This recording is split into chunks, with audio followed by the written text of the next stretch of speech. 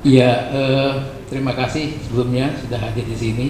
Yang pertama saya waktu mahasiswa itu langganan Fotomedia Pak ya. Hari ini hadir semua Pak fotografer yang di Fotomedia itu saya. Iya. Jadi nggak kenal Pak ya.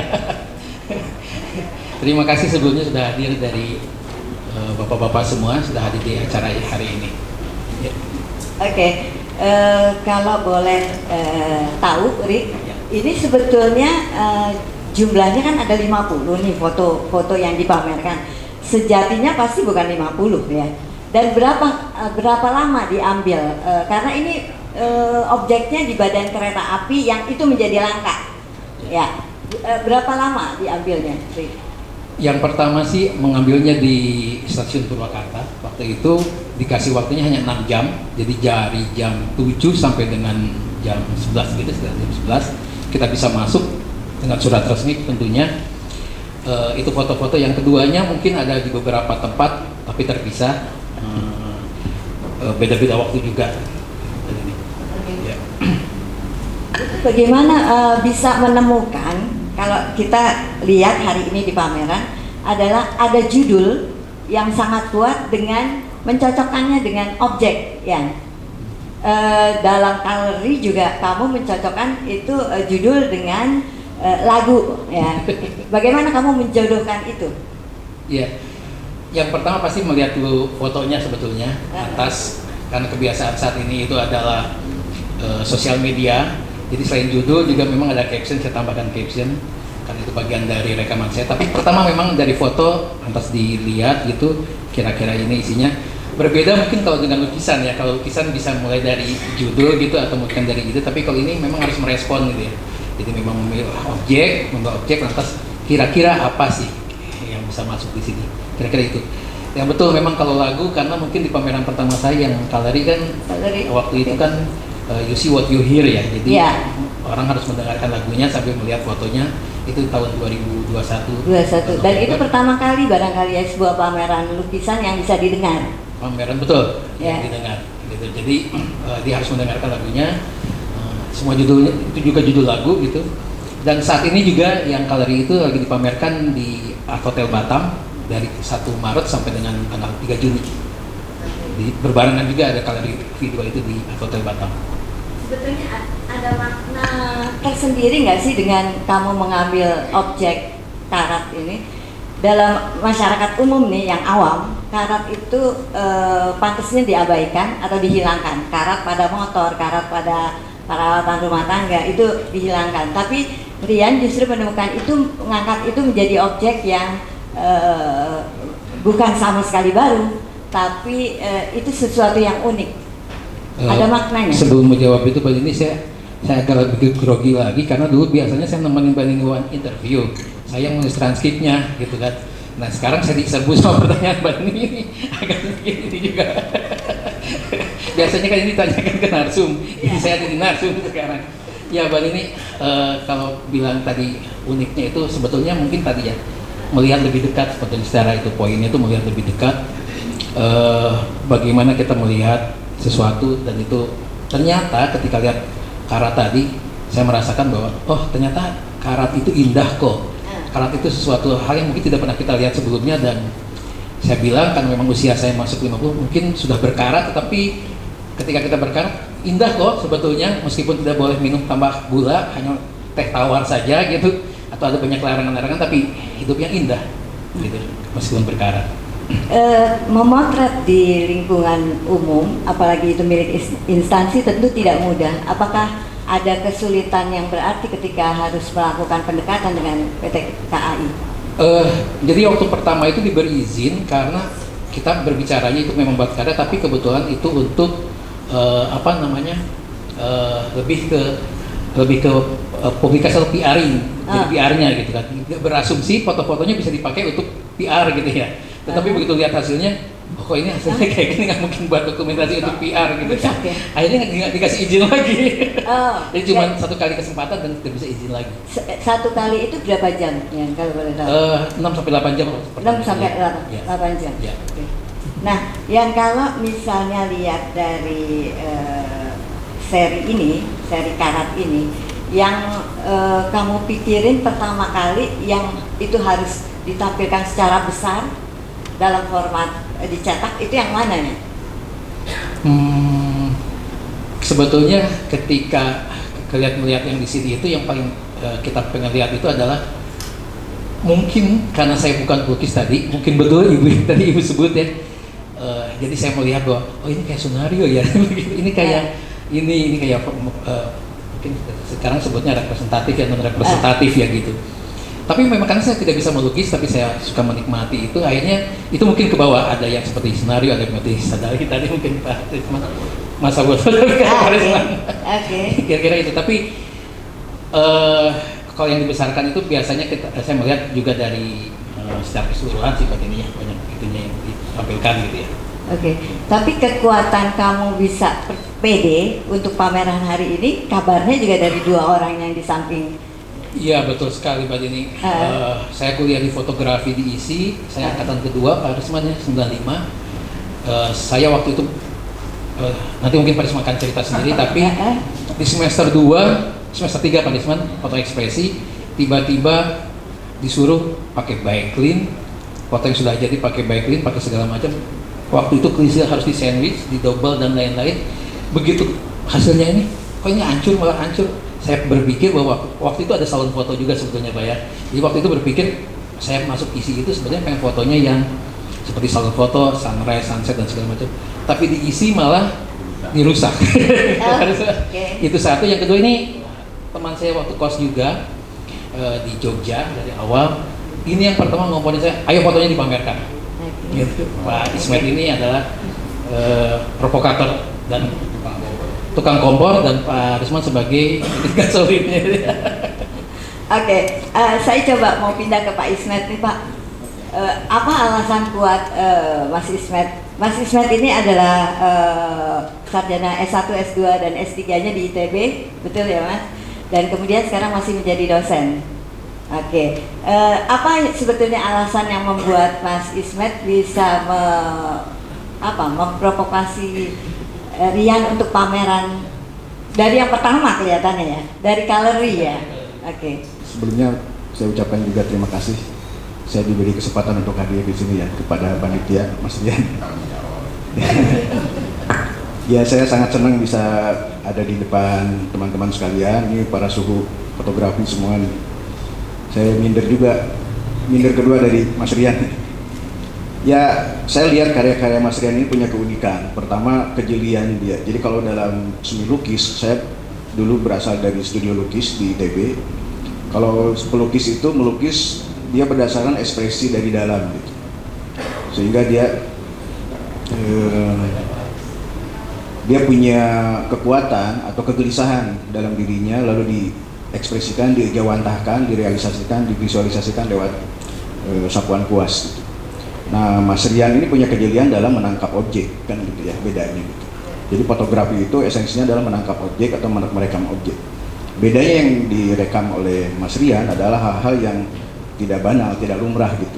Ini yang menarik menurut saya, ini harus dipamerkan gitu. Karena fotografi dalam konteks fine arts atau seni rupa fotografi, dia harus punya posisi penting juga dalam perkembangan seni rupa kontemporer. Kalau saya kan perspektifnya dari akademisi ya.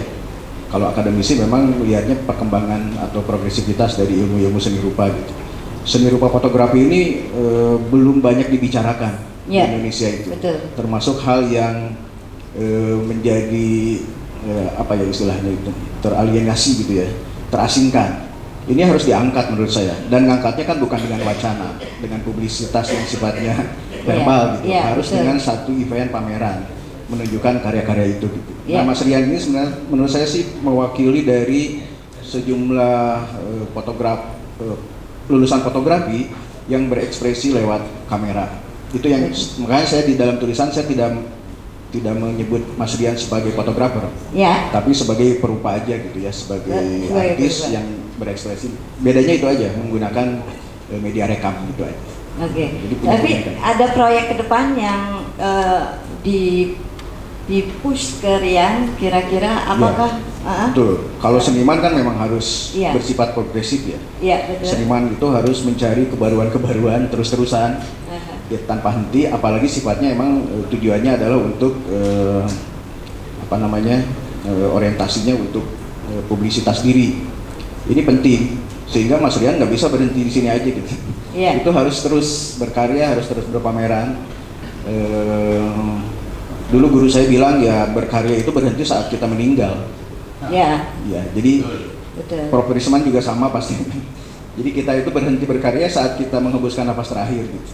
Jadi harus terus-terusan. Jadi memang orientasinya seniman itu harus berekspresi, dia harus menyampaikan pesan lewat karyanya. Yang berbeda adalah medianya kan gitu ya.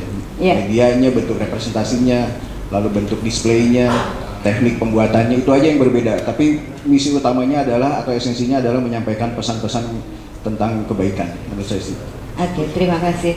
Saya ke Eyang, fotografi Indonesia. Oke. Sebetulnya saya pengen tahu ini dulu seberapa dekat Rian dengan Pak Risman. Apakah dia mahasiswa yang bandel, yang nggak suka nggak ngerjain tugas atau gimana? Ya, pada umumnya seorang dosen akan selalu ingat mahasiswanya Iya. dua hal. Iya, Pak. Mungkin anak itu baik sekali, pinter sekali, atau jahat sekali. Oke. Ini dua-duanya. Oh, terbuka hari ini ya, dua-duanya. Ya. Tapi kalau sedang-sedang aja saya lupa sama mahasiswa. Oke. Tapi sebetulnya yang Bapak ingat dari kekuatan Rian sebagai fotografer itu apa, Pak? Saya menganggap dia masuk kampus ISI itu salah. Oh, salah. Salah arah. Salah arah. Kenapa, Pak? Karena dia lulusan Pondok Asalam. Ya, betul. Kok malah masuk sekolah seni. Itu nggak logis. Nggak logis. Tapi kami tidak kurang akal untuk merusak anak-anak yang seperti itu. Sehingga kami luruskan sesuai dengan aliran kami. Oke. Dia sudah rusak sekarang. Tapi Pak, kalau boleh diingat, Rian lulus tahun berapa ya? Tahun 2000. 2001, kemudian pameran di beberapa tahun kemudian. Putus hubungankah dengan Pak Risman? Boleh dianggap putus. 13 tahun. Iya, 13 13 tahun tahun. komunikasi. Oke. Tiba-tiba dia telepon saya menyatakan mau pameran lagi. Saya kaget. Pameran apa itu, Pak? Yang Pameran galeri? fotografi. Pak, Yang di Bandung. Galeri Yang ya. galeri. Oke. Ya. Oke. Saya bilang kembalilah si anak hilang. Gitu. Oke. Ya. Oke. Jadi kita pelihara terus, kita genjot terus. Nah, bersyukur hari ini untuk memperingati ulang tahun yang ke-50 dia muncul lagi dengan karya yang baru.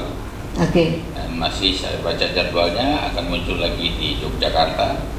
Iya. Hati-hati kalau muncul di Jogja karena Iya. itu pendekarnya rusak semua. Iya. Jadi dia harus memperdalam ilmu kebalnya nanti. Iya. Terus berikutnya ke Bali. Iya. Nah kalau ke Bali itu orang Bali damai. Jauh lebih damai dari Jogja ya, Pak. Oke. Ya. Tapi Pak, kalau boleh dilihat, ini Ya. karya Rian kan, terutama karya yang ini dan galeri itu Ya. digarap bukan lewat kamera profesional, tapi lewat HP. Menurut pandangan Bapak, sebetulnya HP itu sekarang ini sudah sangat memungkinkan untuk menghasilkan karya yang kemudian dipamerkan. Kalau seorang berkarya seni, Ya. alat itu apa aja bisa. Siap. Mau kertas koran, mau kertas bungkus rokok. Iya. Seorang puisi, menulis puisi kan tidak harus di kertas folio yang bersih. Iya. Buntel rokok aja ditulis spontan sudah jadi Iya. sebuah puisi yang cantik. Jadi alat itu hanyalah perpanjangan tangan dari mereka. Iya. Nah sekarang kalau dia menggunakan iPhone atau HP, resolusi HP sekarang sudah bagus. Jadi tidak perlu dikhawatirkan lagi bahwa wah kenapa pakai HP nanti hancur gambarnya, tidak. Ya. Oke. Ya, jadi tidak dipermasalahkan. Kalaupun hancur, ya diperhancur sekalian. Iya. Hancurnya harus hancur yang bagus. Ya, tapi hancurnya nih. Hancurnya nih. Nah, jadi orang berkarya seni itu harus banyak alasan. Iya.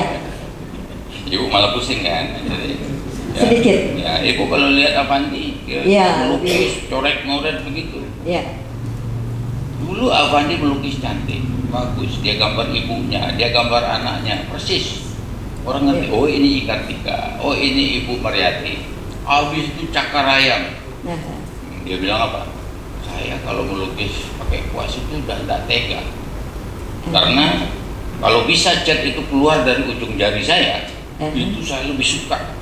Kalau dicampur-campur kayak Pak Basuki, itu dia nggak suka. Bapak-bapak, saya kaget waktu pameran pertama. Yang abstrak di atas itu ternyata karyanya Pak Basuki Abdullah. Siapa kira itu? Saya pikir itu Nasar, saya pikir itu Bagong Sudiarjo, sapuannya seperti itu. Ternyata Basuki Abdullah. Nah, jadi itu emosi seseorang itu bisa berubah. Avandi melukis coret-moret begitu, malah lagu keras. Setelah itu dia ulang lagi, orang nanya, kenapa Pak Avandi melukis seperti itu terus? Karena saya belum puas. Sebetulnya belum puas duitnya. Oke. Itu alasan khusus ya Pak ya. Oke. Terima kasih. Rian, hari ini tadi jam 4 sebetulnya 50 tahun lalu itu adalah jam lahirnya Rian menurut Bubu.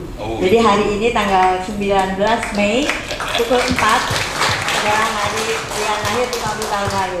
Nah, sebetulnya ada kampanye khusus nggak berkarya 50 tahun?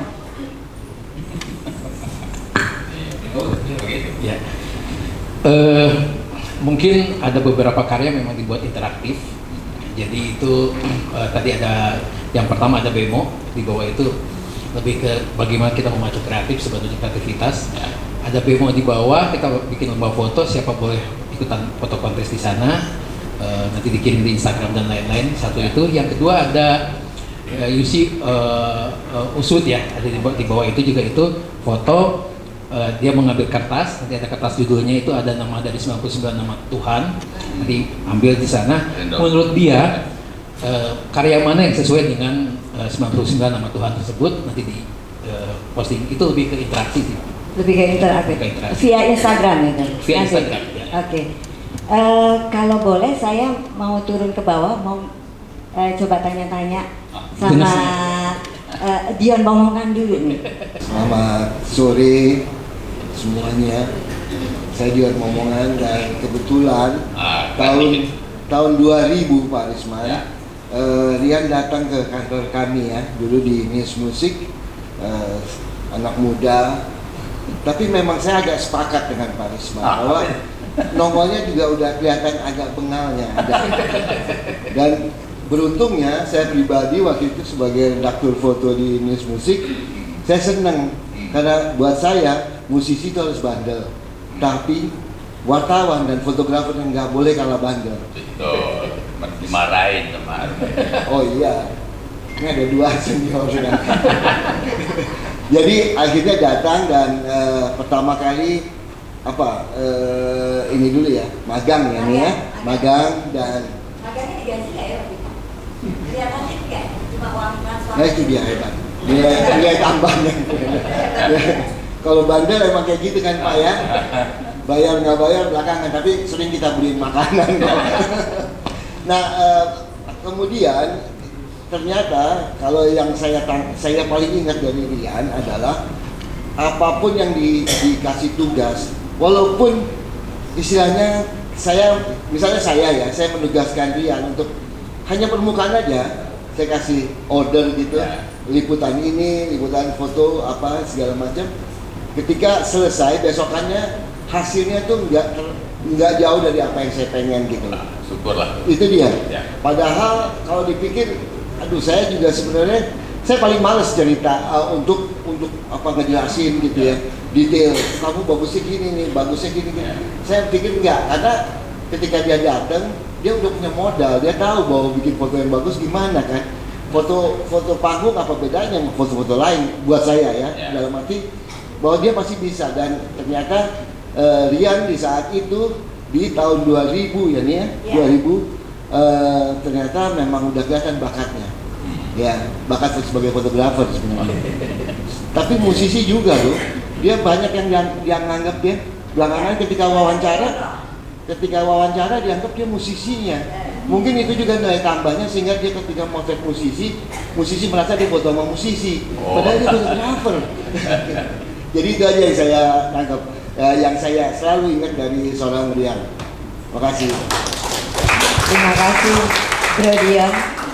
Saya mau mengusik Mas Arbain. Tadi, maaf ya Mas, sebelum naik pasti lihat sekilas lah. Apa opini Mas Arbain tentang karya Rian? Fotografi itu dua macam kan, jurnalistik sama seni. Dua-duanya sama, sudah menemukan. Potret itu gampang, teori itu bisa diapalin gampang, pakai foto juga bisa, tapi menemukan. Dalam jurnalistik temukan siapa yang dipotret, kapan dipotretnya. Nah, kalau Mas Rian ini seni, ada karat banyak, nemukan sepotong itu kan. Semua orang bisa motret karat, tapi nemukan sepotong yang jadi layak dilihat itu beda hasil. Ya, bahkan mungkin saya ke tempat yang berkarakter yang sama, saya menemukan juga saya belum tentu menemukan itu kan. Menemukannya pun bisa ditaruh di tengah, titik ini atau segini digeser. Itu yang membedakan satu orang dengan orang lain. Nah, saya tadi baru lihat sekilas, tapi semuanya saya suka. Saatnya seperti lukisannya Basuki Abdul ini, saya kaget nih. Jadi hanya hitam, dia putih, ada merah dikit, tapi komposisi kan. Nah, sebenarnya nggak ada bedanya dengan Basuki Abdul pakai cat, Rian pakai handphonenya, mungkin dengan cari komposisi supaya ketemu suatu komposisi yang dia mau. Jadi saya nggak bisa melihat mana yang lebih suka, semuanya saya suka dan semuanya Rian gitu loh kira-kira. Ya. Ya. Ya, terima kasih.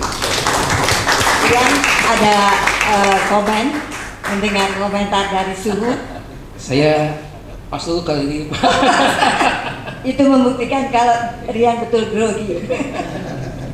Oke, kita kayaknya sampai di penghujung.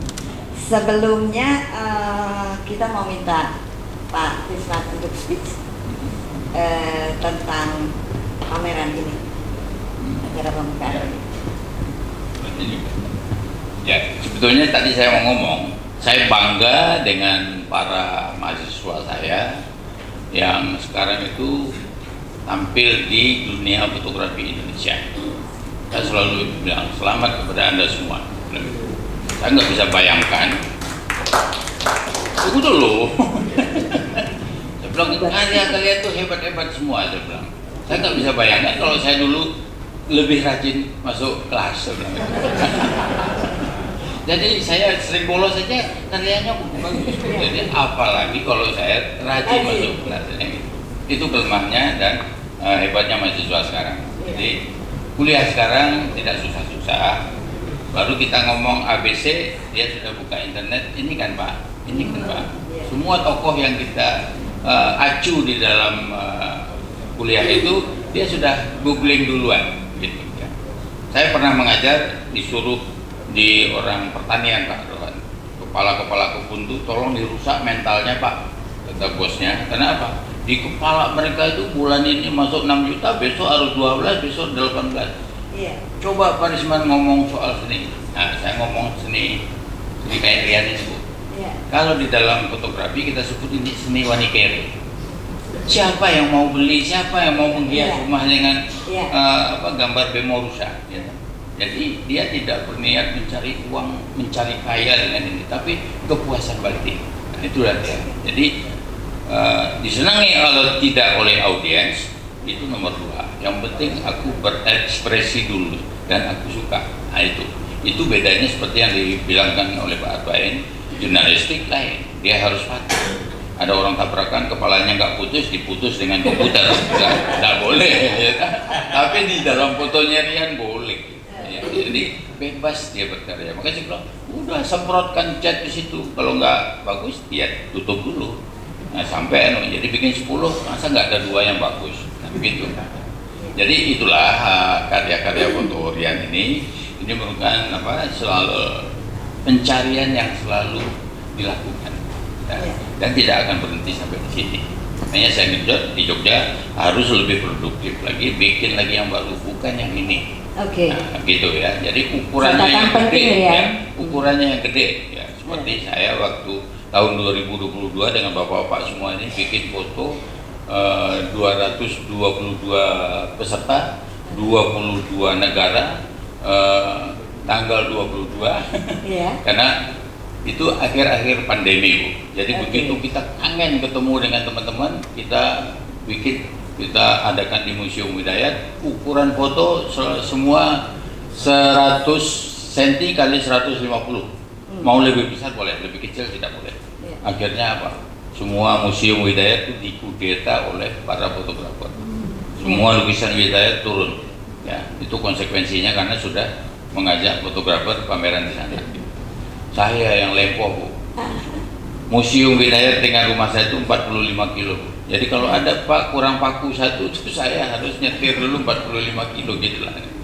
Ya, begitu jauhnya. Jadi tidak akan pernah saya lakukan lagi pameran dengan jarak yang begitu jauh. Ya. Tapi puas masuk rekod muri untuk apa peserta luar negeri terbanyak. Tapi peserta juga semua datang pada pembukaan. Kenapa? Itu pandemi sudah mulai dilepas masker. Jadi senang sekali. Ya. Itu gila-gilaan. Tidak pamerannya terus ditata harus komposisi begini bebas mau jelek pun itu karyamu ya. Jadi mau dangdut boleh, mau keroncong boleh, mau pop boleh. Nah Rian ini kita tunggu kerja kerasnya lagi ya, untuk sambil mempersiapkan diri untuk 2 etape berikut di Jogja dan di Denpasar ya. Tentu Mas Ismet akan lebih cerewet untuk mengingatkan seperti itu. Kalau saya lihat-lihat jauh aja lah. Terima kasih Ibu. Oke, terima kasih banyak.